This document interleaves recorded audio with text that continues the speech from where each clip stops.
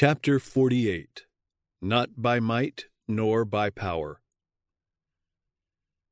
Immediately after Zechariah's vision of Joshua and the angel, the prophet received a message regarding the work of Zerubbabel. The angel that talked with me, Zechariah declares, came again and waked me as a man that is wakened out of his sleep, and said unto me, What seest thou? And I said, I have looked, and behold a candlestick all of gold, with a bowl upon the top of it, and his 7 lamps thereon, and 7 pipes to the 7 lamps, which are upon the top thereof, and 2 olive trees by it, one upon the right side of the bowl, and the other upon the left side thereof. So I answered and spake to the angel that talked with me, saying, What are these, my Lord? Then he answered and spake unto me, saying, This is the word of the Lord unto Zerubbabel, saying, Not by might, nor by power, but by my Spirit, saith the Lord of hosts. Then answered I, and said unto him, What are these 2 olive trees upon the right side of the candlestick, and upon the left side thereof? And I answered again, and said unto him, What by these 2 olive branches, which through the 2 golden pipes empty the golden oil out of themselves? Then said he, These are the 2 anointed ones that stand by the Lord of the whole earth. Zechariah 4, verses 1-6, and verses 11-14. In this vision, the 2 olive trees which stand before God are represented as emptying the golden oil out of themselves through golden tubes into the bowl of the candlestick. From this the lamps of the sanctuary are fed, that they may give a bright, continuous light. So from the anointed ones that stand in God's presence, the fullness of divine light and love and power is imparted to his people, that they may impart to others light and joy and refreshing. Those who are thus enriched are to enrich others with the treasure of God's love. In rebuilding the house of the Lord, Zerubbabel had labored in the face of manifold difficulties. From the beginning, adversaries had weakened the hands of the people of Judah and troubled them in building, and made them to cease by force and power. Ezra 4, verses 4 and 23. But the Lord had interposed in behalf of the builders, and now he spoke through his prophet to Zerubbabel, saying, Who art thou, O great mountain? Before Zerubbabel thou shalt become a plain, and he shall bring forth the headstone thereof with shoutings, crying, Grace, grace unto it. Zechariah 4, verse 7. Throughout the history of God's people, great mountains of difficulty, apparently insurmountable, have loomed up before those who were trying to carry out the purposes of heaven. Such obstacles are permitted by the Lord as a test of faith. When we are hedged about on every side, this is the time above all others to trust in God and in the power of his Spirit. The exercise of a living faith means an increase of spiritual strength and the development of an unfaltering trust. It is thus that the soul becomes a conquering power. Before the demand of faith, the obstacles placed by Satan across the pathway of the Christian will disappear, for the powers of heaven will come to his aid. Nothing shall be impossible unto you. Matthew 17, verse 20. The way of the world is to begin with pomp and boasting. God's way is to make the day of small things the beginning of the glorious triumph of truth and righteousness. Sometimes he trains his workers by bringing to them disappointment and apparent failure. it is his purpose that they shall learn to master difficulties. Often men are tempted to falter before the perplexities and obstacles that confront them. But if they will hold the beginning of their confidence steadfast unto the end, God will make the way clear.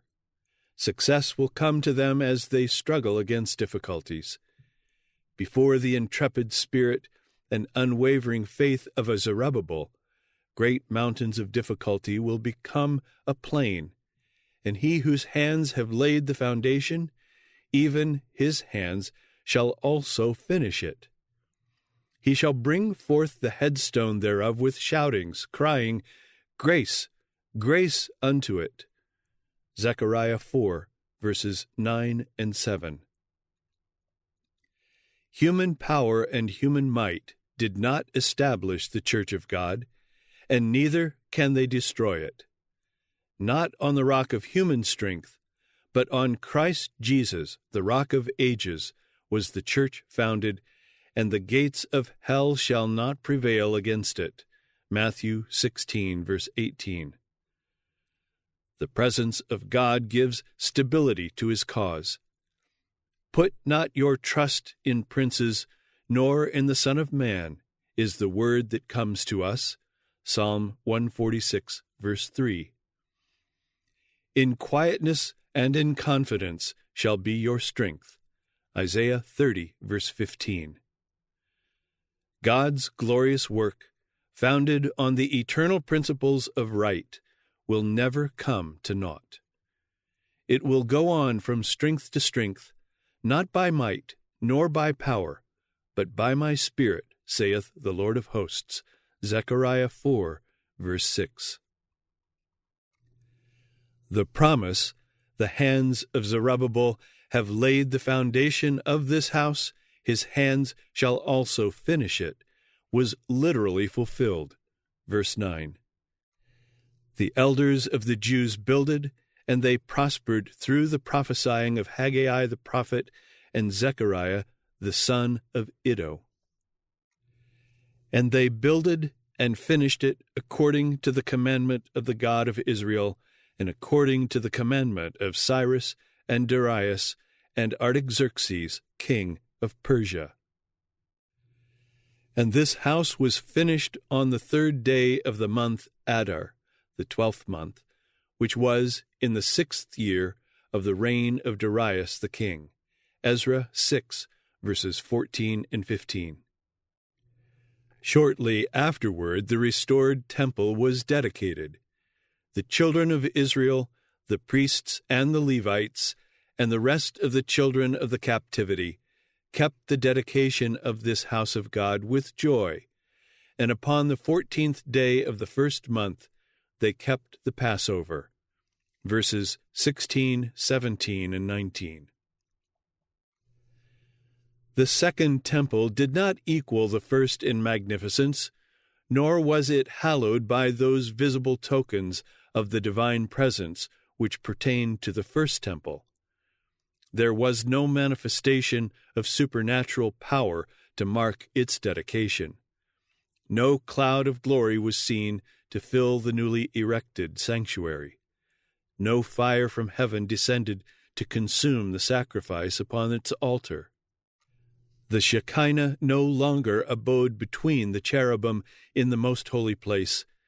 The ark, the mercy seat, and the tables of testimony were not found there. No sign from heaven made known to the inquiring priest the will of Jehovah. And yet, this was the building concerning which the Lord had declared by the prophet Haggai, "The glory of this latter house shall be greater than of the former.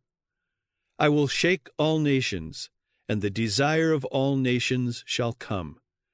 And I will fill this house with glory, saith the Lord of hosts." Haggai 2, verses 9 and 7. For centuries, learned men have endeavored to show wherein the promise of God, given to Haggai, has been fulfilled.